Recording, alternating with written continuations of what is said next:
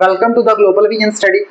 10th class का mathematics का हम सेकंड चैप्टर कर रहे हैं। उसकी एक्सरसाइज है 2.1, क्वेश्चन नंबर है उसका 2।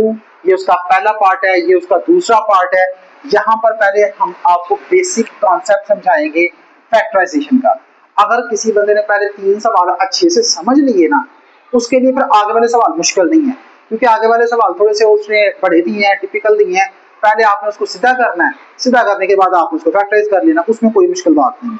पहले 3 क्वेश्चन बड़े अच्छे से और कॉन्सेप्ट के साथ समझ लें, अगले वाले सवाल मुश्किल नहीं लगेंगे।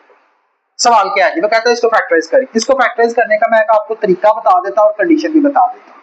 इसको फैक्टराइज करने से पहले आपने ना 2-3 चीजों का ख्याल रखना है। X square should be positive. X square हमेशा आपका पॉजिटिव होना चाहिए। रकम इक्वल की एक साइड पर लिखी होनी चाहिए सारी, और रकम तरतीब से लिखी होनी चाहिए। पहले x की पावर 2 हो, फिर x की पावर 1 हो, और फिर आगे की कांस्टेंट हो। ये 3 बातें आपने याद रखनी है। X square should be positive, रकम इक्वल की सारी एक साइड पर हो, और रकम बिल्कुल तरतीब से लिखी हो। पहले x की पावर 2, फिर x की पावर 1, और फिर आगे की कांस्टेंट। फिर सवाल शुरू करना है, अदरवाइज सवाल नहीं शुरू करना। याद होगी condition, x square should be positive, सारी वैल्यूज इक्वल के एक साइड पर हों और सारी वैल्यूज तरतीब से लिखी हों। ओके हो गया। अब क्या करना है, हमेशा एक्स स्क्वायर को ना, एक्स स्क्वायर वाली वैल्यू को तीसरी वैल्यू के साथ आपने मल्टीप्लाई करना। एक्स स्क्वायर वाली वैल्यू को तीसरी वैल्यू के साथ मल्टीप्लाई करें, बन गया जी 6x का स्क्वायर। अब 6 के जोड़े बनाएं, पेयर्स बनाएं। पेयर्स क्या क्या बनेंगे इसके, पहला इसका जोड़ा बनेगा 6 को 1 से मल्टीप्लाई करेंगे 6 आ जाएगा। दूसरा जोड़ा बनेगा 3 को 2 से मल्टीप्लाई करेंगे तो 6 आ जाएगा। और इसके अलावा अगर आपके दिमाग में कोई जोड़ा बनता है तो जरूर बनाएं और सारे जोड़े लिखें। काम करें, मेहनत करें, दिमाग को समझ दें, रटे ना लगाएं, किसी इस तरह के टोटके में ना जाएं। पहले प्रॉपर जोड़े बनाएं, फिर इन जोड़ों को ना प्लस माइनस करके देखें कि क्या आता है। 6 में से 1 निकालेंगे क्या आएगा 5, 6 में 1 जमा करेंगे तो क्या आएगा 7, 3 में 2 जमा करें तो क्या आएगा 5, 3 में से 2 निकालेंगे तो बाकी क्या आएगा 1। आपने ऐसा जोड़ा सिलेक्ट करना है जिसको प्लस माइनस करें तो ये वाली रकम बन जाए, दरमियान वाली चीज बन जाए। आपने ऐसा जोड़ा सिलेक्ट करना है कि आप उसको प्लस माइनस करें तो क्या बन जाए 1 बन जाए। यहां पे तो 1 कहीं नहीं आया, मुझे ये पता है कि 3 में से 2 निकलेंगे तो क्या आ जाएगा 1 आ जाएगा। पहला कॉन्सेप्ट क्लियर हो गया। जोड़े बनाने हैं और उनमें से ऐसा जोड़ा सिलेक्ट करना है जिसको प्लस माइनस करें तो दरमियान वाली रकम बन जाए। ये कॉन्सेप्ट है। इसके साथ जो अलामत लगी है ना, वो हमेशा बड़ी रकम के साथ लगानी है। 3 और 2 में बड़ा कौन है, 3 बड़ा है ना, तो 3 के साथ क्या लगा दिया माइनस, इसके साथ क्या लगा देना है प्लस। क्यों, क्योंकि 3 में से अब 2 निकलेंगे तो क्या आएगा -1। अगर मैं 2 के साथ भी माइनस लगा देता तो फिर -3 और -2, फिर वो क्या हो जाने थे -5 हो जाने थे, -5 हो जाना था। तो हमने तो -5 नहीं बनाना, हमने तो -1 बनाना था। इस वजह से अगर इसके साथ माइनस लगाया तो ये देख लेना कि इसके साथ प्लस लगेगा या माइनस लगेगा। माइनस लगाएंगे तो ये जोड़ा बनना नहीं था, इसलिए मैंने क्या लगा दिया प्लस लगा दिया। अब आ जाए जी सवाल में, आपके पास आ गया जी एक्स स्क्वायर, यहाँ पे क्या आएगा -3x और जमा 2x, आगे क्या है जी -6 आ गया जी। आपने जोड़ा लिख दिया। अब क्या करना है, इन दो को हल करना है और इन दो को हल करना है। ठीक है, यहां से कॉमन क्या आएगा, यहां से कॉमन आएगा x, छोटी पावर कॉमन लेते हैं। ये x की 2 है, ये x की 1 है, x की पावर 1 मैंने क्या कर दिया कॉमन लेना। कॉमन लेने के मुख्तलिफ मतलब है।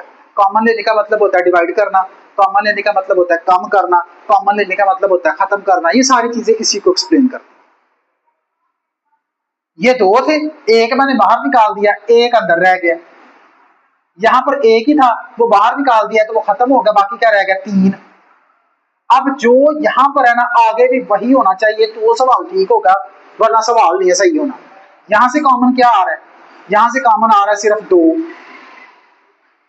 2 को 2 पे डिवाइड करेंगे क्या आएगा 1, और साथ में क्या रह गया x। 2 को 3 पे डिवाइड करेंगे तो क्या आएगा, 2 को 6 पे करेंगे तो क्या आएगा 3। x - 3 और x - 3 दोनों सेम हो गए हैं, मतलब सवाल आपका ओके है। जब ये दोनों सेम हो जाए ना तो फिर आप समझ ले सवाल ओके हो गया। फिर करना क्या होता है, ये दोनों सेम है, इसको ऐसे लिखें, बाकी क्या बचा x और 2, इसको लिखते हैं s। ये आपका सवाल सॉल्व हो गया। मेरी कोशिश है कि मैंने आपको बड़ी डिटेल से समझाया, इस स्टेप को यहाँ पे फॉलो करें। मल्टीप्लाई किया, रकम बिल्कुल ठीक है, एक्स स्क्वायर पॉजिटिव है, रकम एक साइड पर है, तरतीब भी है। देख जी 28 के जोड़े बनाए, पहला जोड़ा बनेगा 14 और 2 का, फिर बनेगा 7 और 4 का, और इसके अलावा अगर आपके दिमाग में कोई जोड़ा आता है तो जरूर बनाएं। इसमें से ऐसा जोड़ा सिलेक्ट करें जिसको प्लस माइनस करें तो क्या आ जाए, 3 आ जाए। मुझे भी पता है 7 में से 4 निकलेंगे तो क्या आ जाना, 3 आ जाना। मैंने कहा था जो अलामत इसके साथ होती है वो बड़े के साथ लगानी है। 4 के साथ अब क्या लगाना है, माइनस, क्योंकि माइनस लगेगा तो 7 में से 4 निकलेंगे तो 3 आएगा। अगर मैं इसके साथ जमा लगा दूं तो फिर क्या आएगा, 7 और 4 11 हो जाना है।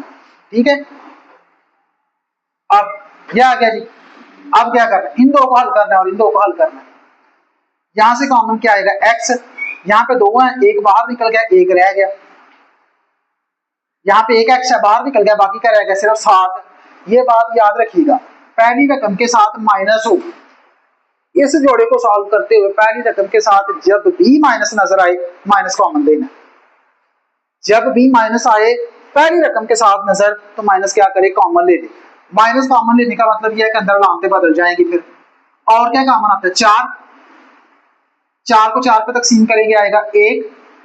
मैंने कहा अलामतें बदल जाएंगी, देखे ये प्लस है, ये भी क्या हो जाना है, प्लस हो जाना है। 4 को 28 पे जब डिवाइड करें क्या आएगा, 7। ये देखें सिमिलर हो गया, सिमिलर हो गया तो सवाल ठीक है। जब सिमिलर हो जाए तो इसको एक लिख लेना, पकड़ के इसको समझ ले बाहर निकाल लेना और इसको इसके साथ लिख लेना। ये मैं आपको बड़े शॉर्टकट में बड़े देसी मेथड के अंदर ये चीज समझा रहा हूँ। ये आपका सवाल सॉल्व हो गया होगा। आगे x की वैल्यू अगर निकालने के लिए वो कहता है तो आपने क्या करना है, इसको भी 0 के बराबर रखना है और इसको भी 0 के बराबर रखना है। साथ ही साइड पे आके क्या होगा, साथ ही साइड पे आके होगा माइनस का, 4 साइड पे आके क्या होगा, प्लस का। इसी साइड पे ये भी कर लें, इसको भी कर लें। ये मैं सवाल सॉल्व करते करते भूल गया था कि x की वैल्यू भी निकालनी है। 3 साइड पे आके क्या होगा, प्लस का, और x साइड पे आके क्या होगा, माइनस का। इसको लिखने का तरीका भी सीख लें। इसको लिखते हैं SS। SS का मतलब होता है सोल्यूशन सेट। ये लिखे 3 और फिर आएगा -2। इसको लिखने के नंबर होते हैं। आपने जो इसका तीसरा पार्ट है ना वो खुद सॉल्व करना है और अगले 3 पार्ट की वीडियो मैं आपको अलग से बना के फिर जो है वो दे दूंगा। अल्लाह